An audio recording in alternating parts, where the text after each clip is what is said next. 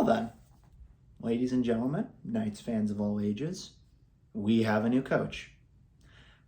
Yeah, I know I'm a couple of days behind, but I wanted to wait till he had his introductory press conference so I could formulate a few opinions about our new coach, Bruce Cassidy, on my own, instead of just going off of what I read some sports reporter from Boston say.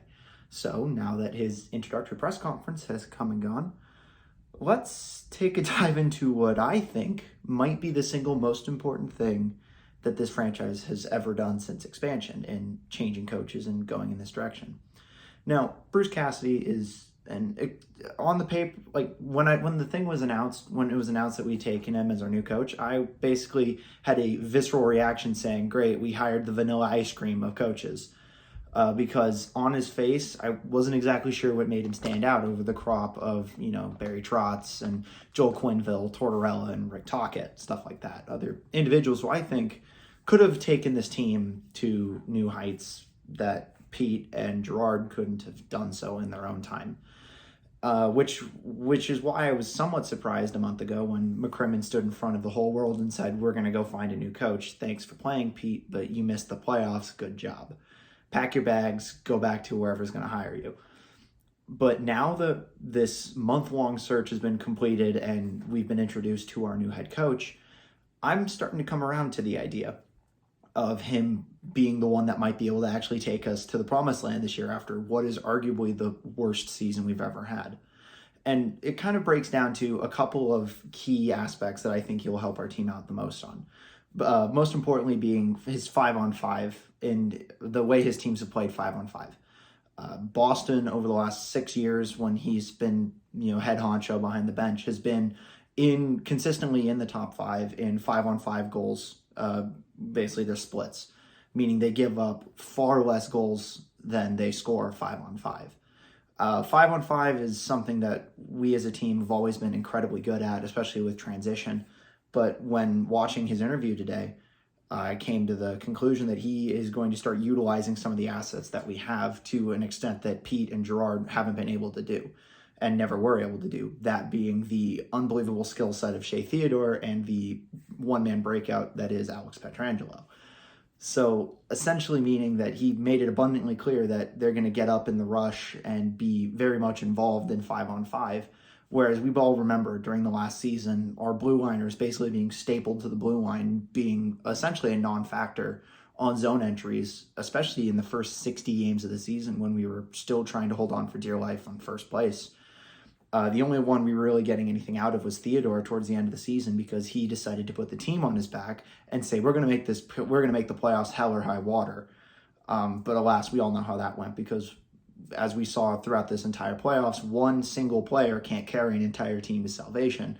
So I love you, Theo, but you're going to need a little bit of backup. And it appears as if Bruce Cassidy is willing to give him a little bit of backup, let him be more creative, let him try and be more dynamic, more like a Cale Makar as opposed to a Victor Hedman, which is really exciting from our perspective as fans because we know how talented he is. I remember watching him skate through people and toe drag around everybody in the inaugural season a few years ago, and it was just super exciting. So to hear that might be something that might be coming back here in the coming years is super exciting from a fan perspective. The big thing that I've seen kicked around on hockey Twitter, especially in our fan base, is what Bruce Cassidy might do for our power play. The Bruins, by their own admissions behind him last year, had an off year on the power play, a balmy 21%. But that being said, that's still 3% better than we were last year. Now, I know we had injuries and our power play has become a bit of a meme, especially since the last playoffs and our inability to score a power play goal against the Canadians. I know it still hurts and it's been over a year. The fact that he is going to stress offense and is going to get the team trending in the right direction, especially on the power play, is pretty good. I mean, it is sad that we will no longer have the memes of you just got scored on by a Steve Spot power play. But I'd rather score power play goals than be able to laugh about the fact that we scored power play goals. And I'd also like the thing that's holding us back, especially in the end of the regular season, was our inability to put teams away, especially when we were given free power plays. The teams that win, like Tampa or Colorado or Edmonton or New York, always scored whenever they had the opportunity, and they took advantage of the power plays more often than not, particularly when it came down to crunch time late in the regular season and into the playoffs, which is something that we have, as a team, have been greatly lacking. So the potential for this to be another strength like it was in the inaugural season for us, and, creativity using our stars and scoring on the power play when we have the opportunity to, is something I'm going to watch with great intrigue, especially as the preseason and then the regular season comes around, so we can see if he can implement these systems the way he wants to. Now, moving away from the on-ice statistics and more to the eye test, Bruce Cassidy is probably the best coach that we could have asked for dealing with the team that we have right now. It's no illusion that we're a team right now that's built to win this year or next year, because we have a lot of, how do I put this delicately, high-profile superstars. Alex Petrangelos and Jack Eichels don't grow on trees, and Mark Stones and Max Pacioretty's are not a dime a dozen. They have name recognition for a reason. And the only other players that really can share the same air with their respective abilities is players on our team. Stone and Pacioretty mirror that of Bergeron and Marchand. Well, actually, I'd say Marchessault is more of a Marchand, but that's neither here nor there. The point of that is Cassidy has the experience of teaching and being able to foster creativity and production out of elite players. The most elite player that Pete DeBoer ever had was Logan Couture and Tomas Hertl. They're good, don't get me wrong, they're really good forwards, but they're not what has been known the perfection line, which Bruce Cassidy was able to foster and turn them into the perfection line. Could you imagine the new perfection line, as they kept calling out on the VGK Insider Show back in when Eichel was getting activated, the money line of Stone, Pacioretty, and Eichel? Could you imagine the new perfection line in Vegas with Bruce Cassidy, making sure that they are able to perform to their fullest extent? That is something that you can't really teach, and coaches just have that. Some coaches just have that innate ability to work with superstars. Be it John Cooper in Tampa with working with arguably the best forward core in the league, or anybody who's bothered to coach the Pittsburgh Penguins or the Washington Capitals in the last 2 or 3 years. It's just a fact of the matter. You either have it or you don't. And one of the things that was abundantly clear with Pete DeBoer was that he didn't quite have the knack for teaching and fostering production out of superstar players, which this fostering of production superstar players, which has led to Cassidy having one of the better points percentages of coaches in the league. One of the things that was painful to watch last season was our inability to get points in close games. We couldn't ever get the game to overtime. We would lose by 1, or we'd blow a 2-goal lead and lose in regulation, instead of being able to hold on just to get that one extra point. Well, that's something that Cassidy has never really been known for. In the last 6 seasons, his lowest points percentage has been .65, which is way better than any of us can wrap our heads around. They won the President's Trophy a couple years ago, and we didn't even blink, because it was almost to be expected with the Bruins of the time. And hand over fist, this Vegas Golden Knights team, even before free agency, is way more talented than the Bruins team that wound up going all the way to the Stanley Cup final, 1 win away before getting trounced by the Blues in what was arguably one of the best Game 7s I've ever watched. The fact of the matter is, winning can't be taught, it's just known. And especially when it comes to coaching instincts, it's very clear and obvious that Cassidy has these instincts down to a T, and I'd be genuinely shocked if it didn't rub off on our players.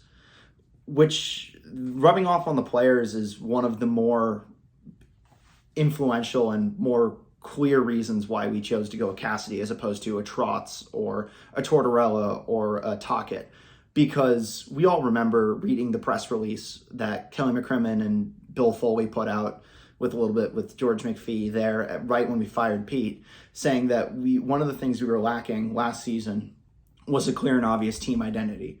One of the few things that the Boston Bruins have been in the last 6 years, aside from being a championship quality original 6 team, is a team with basically a sure, clear identity. You knew what you were going to get every time you laced it up against the Boston Bruins.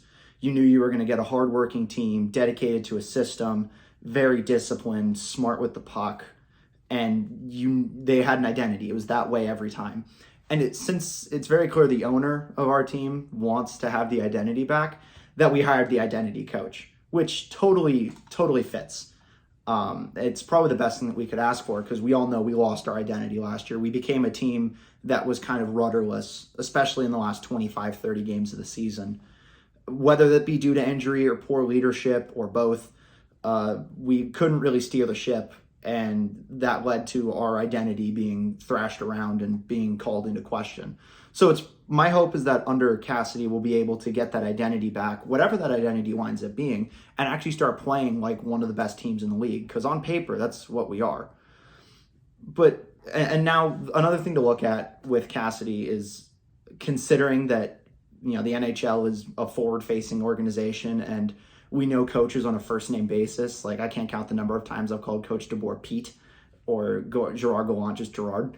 And one of the things I noticed in his press conference today was he's just really personal, or he's a really personal and personable guy who is very driven, but also laid back. Like, I'll be excited to see more press conferences from him. I know he is famous for his zingers up in the Northeast when coaching Boston. He was always a fun guy to watch in press conferences. He tells you what he's thinking. And that's something that I think is invaluable, especially from a public relations standpoint when dealing with a new coach. Because we're just trying to get to know the guy. And in his first press conference, he's talking about how hard it will be to get his kids to root for the Raiders instead of, the Bills or any team, or, the Bills or the Patriots. Or how hard it will be to find, or like the challenge of putting in a pool in his new backyard whenever he lands his feet in Vegas with his family. So the fact that we're able to know about this personal side of him already, even on first day, on top of the obvious business of being a hockey coach in the NHL, it's good to know that we're dealing with a genuine human, and it'll make for a fun season of sound bites and clips, which Lord only knows I'm going to get a kick out of, because I love watching post-game press conferences. The thing that he said during the press conference that stood out to me the most is the fact that he wants to prove that he shouldn't have been fired from Boston. Now, I know he didn't explicitly say that, but everybody and their mother in the sports media world has been wondering, why the heck did the Boston Bruins fire Bruce Cassidy, and why was he even on the coaching market to begin with? And so he's obviously got a chip on his shoulder, being fired for the only obvious reason being his schism between Jake DeBrusk.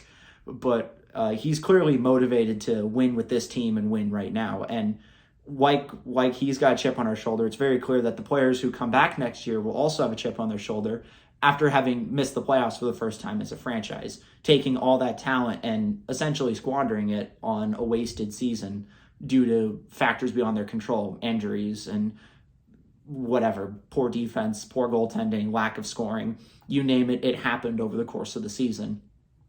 So essentially, we have a coach with a chip on his shoulder and a team with a chip on its shoulder. Both want to win right now with a management group that's given them the tools to win right now. Like I said before, Jack Eichels and Alex Petrangelos, Alec Martinez's and Shea Theodores don't grow on trees.